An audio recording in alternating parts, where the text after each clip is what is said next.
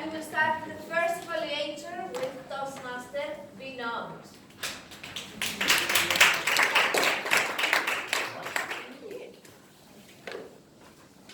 Good evening, everyone. Good evening. That was a lovely story for me, especially to get that message of weakness, how it can be turned into a strength. I want to point out what I thought were the really good strengths that our speaker, Toastmaster Liaqat, had today. And then, since one of your main ambitions is to become a really good speaker, I thought I could contribute a little bit to that journey with a couple of points that I think you could work on going forward. When we look at the selection of the topic, I thought that was really apt. It was relevant to anybody who is sitting here in the audience of how you can turn something that you find difficult into a strength. When you look at the structure of the speech, he eases in with an anecdote from his past about when he was in the 10th grade. And then he moved into the body of his story, where he told us about little Dan who was missing a hand, and then how he went and won a Kung Fu contest. And then eventually, he moved into his conclusion. What I really liked was how he tied the entire thing with a nice little bow. Because he started with a question of turning your weaknesses into your strengths, and then he finished, that was his last sentence, of how can you turn your weaknesses into your strengths. So I thought he brought the speech around full circle.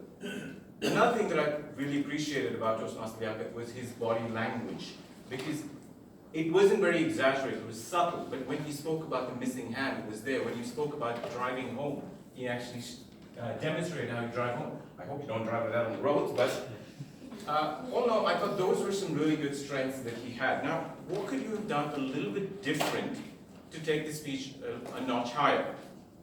Your stage usage was a little bit erratic. You were moving around a lot. Now, I know a lot of people that give suggestions on when you're saying a certain story, do it here, and then you move to a different part of the stage. And that tends to look a little too rehearsed.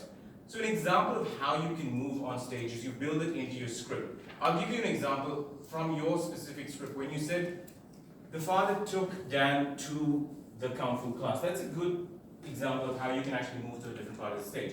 So it's relevant, and it's built into your script. So you find ways to do that with your script. Another one was when you had dialogues. For me, when you're having a dialogue, you tend to look at the person you're speaking to. In this case, you actually narrated in the third person.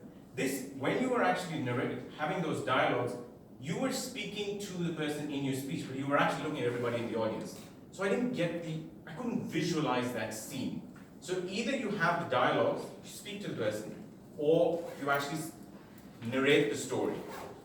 Another one would be, since Toastmaster Sami Herbawi spoke about pauses, I thought that was something that you could have worked on, especially when you had that really strong question about can you turn your weaknesses into strengths. You started with that, and you immediately motored into your introduction. If you had allowed people to actually, let that sink in, I thought that could have really hit that message home when you finished. The most important thing that I wanted to point out for you is the structure of the content of your speech. You started with an anecdote about 10th grade, but was that really relevant to the rest of the story? I thought you could have used that time to give us an example from your own life of how you turn the weakness into strength. Overall, the objectives of the speech very well met. Work on these few points, and I'd love to be here for your next speech. Thank you very much.